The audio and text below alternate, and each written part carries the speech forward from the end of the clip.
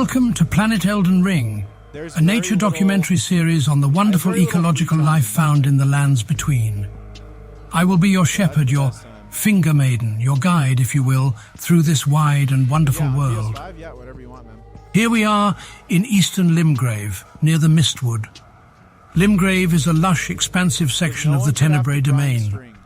Golden trees, tall grasses and bushes provide plenty of sustenance for the local wildlife that features boars, sheep, goat and rodents, in addition to flying creatures such as eagles and owls. We see a giant far away from its natural home. Since the shattering, there have been significant ecological changes in the lands between, and strange occurrences such as this are becoming more and more common. Two hungry Kevins in search of their next meal have angered it and begin combat with their meager weapons.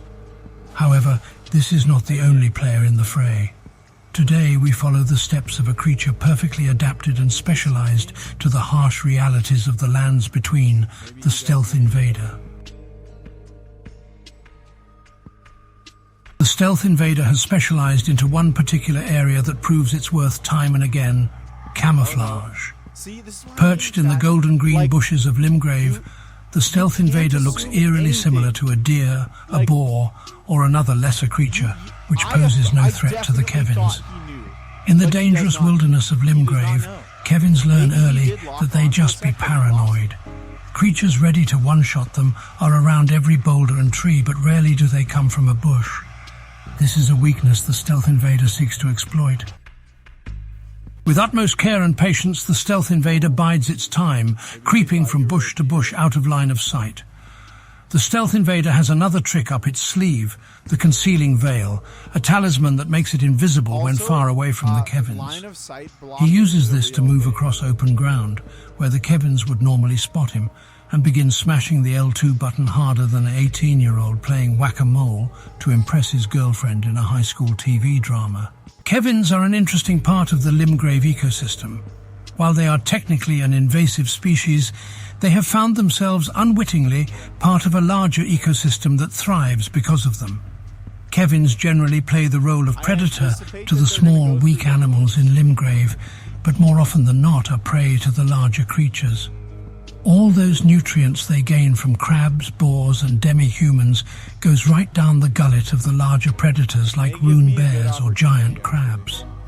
Much like the rune bear, the Stealth Invader has come to rely on Kevins as a source of nutrients.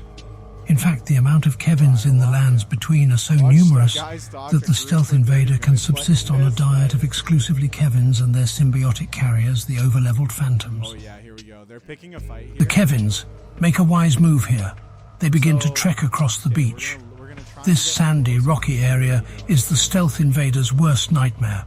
Not only is it open ground with almost nowhere to hide, but it also contains predators with AoE splash attacks that tend to hit and reveal the Stealth Invader.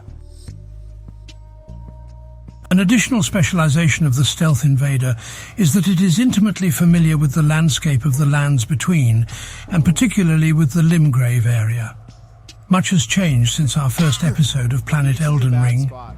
We can now show life in the lands between in entirely new ways, bring you closer to hosts than ever before, and reveal new wildlife dramas for the very first time.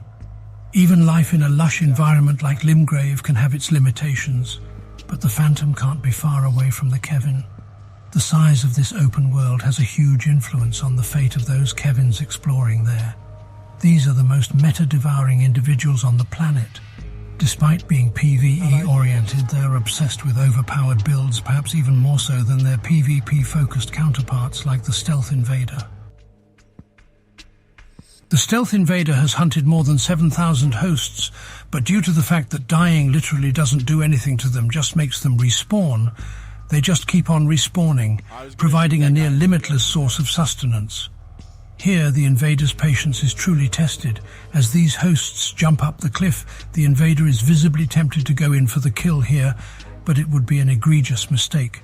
Cliffs include strange angles, and hosts often jump to get from ledge to ledge.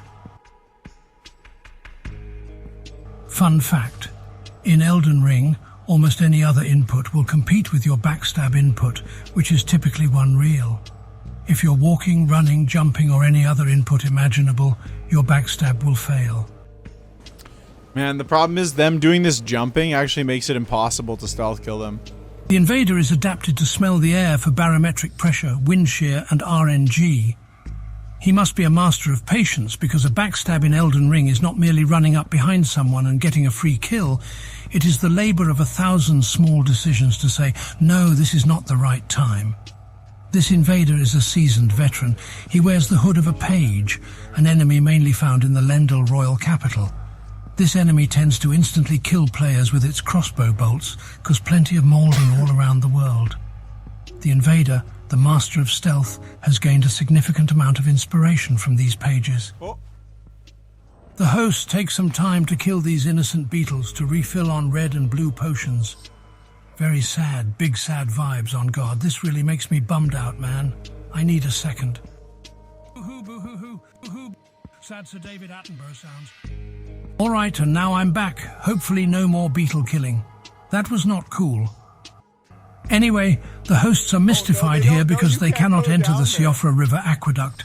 This is crucial information for the Invader because it tells him that the hosts have forgotten they have an Invader in their world with them, or are not aware that having an Invader restricts you from going to a different zone. Come on, just slow down, guys. I need you to slow down just for like 10 seconds, bro. Like, just take a sec to survey the land. That's all you need to do, man. It'll be worth it. To provide us with additional commentary from a local expert, we have brought on Melina.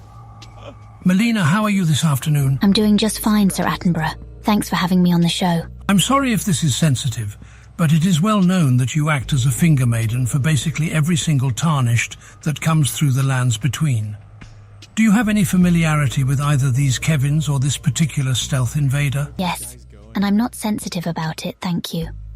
I have acted as a finger maiden for both these hosts as well as this Invader, though I do have more experience with the stealth Invader. To be honest, it's quite a frustrating experience being a finger maiden, especially to Kevins. I'm constantly like, level vigor you maidenless tarnished, stop leveling arcane.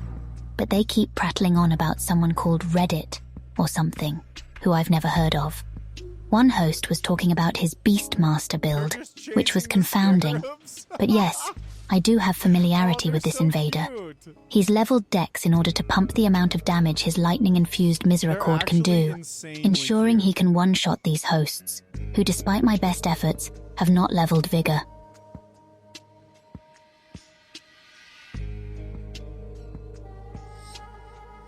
Here we can see more of the local wildlife, the demi-humans.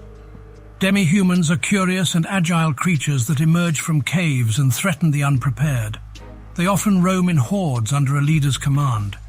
Demi-humans are small in stature but with a violent, brutish disposition.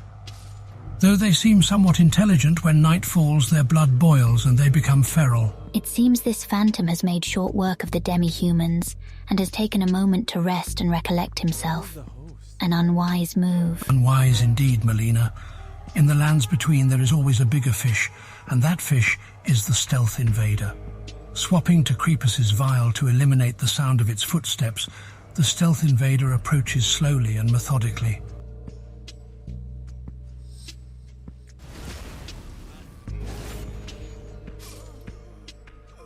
A clean kill. 8 minutes of long-suffering patience has rewarded the stealth Invader with an absolute banger of an assassination. Nice. Yeah, nice one, tarnished, PogChamp. Why did he go AFK?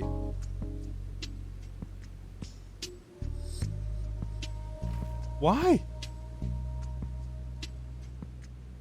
Good CQC? Yeah, thanks, Rissa. However, invasions are never complete until the host falls, so the stealth Invader resumes its pursuit. Eliminating the Phantom is hard work, and it will feed Koop's cubs in chat for a time, but they are small and growing little poggers, so they need constant nutrition in the form of PvP assassinations. Oof! The Invader makes a mistake here. Bloodthirst has kicked in from the previous kill, and he rushes out of the bush. I think they might have seen me, chat. They saw me! He is now spotted and on the back foot. This host has a chip on his shoulder and is out for vengeance. The stealth invader defaults to his original game plan, leading the host towards a ruin. Inside these ruins is a rune bear, the stealth invader's best friend. He is more than willing to clean up the scraps after the rune bear is done with the host. However, the invader makes a grave mistake that almost costs him his life.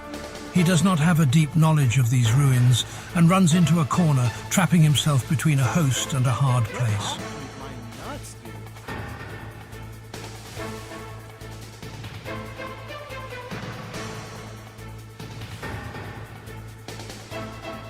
As if you can get one person. Escaping his almost life-ending situation, the stealth invader pulls a classic move. The duck around the corner and let the host run by. A Koop special.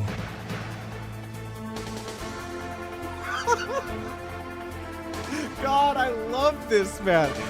Those moments right there are just the most beautiful. And now he's getting absolutely mauled by the bear. Oh God, he's so screwed. Not only did the special move work, but the host panicked and locked himself in the basement with an angry rune bear on top. Like what does he do? How does he get out of there?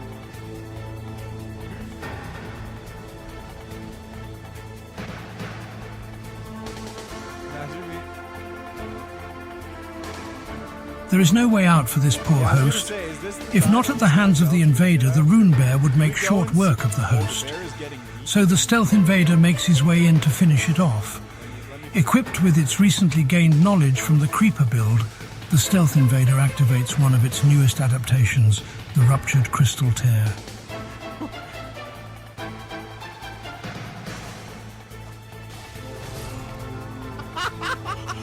The Ruptured Crystal Tear leaves the host not only defeated, but a nice crispy brown with perfectly cooked interior and a nice crunchy exterior. The Koop and chat will feast tonight. God.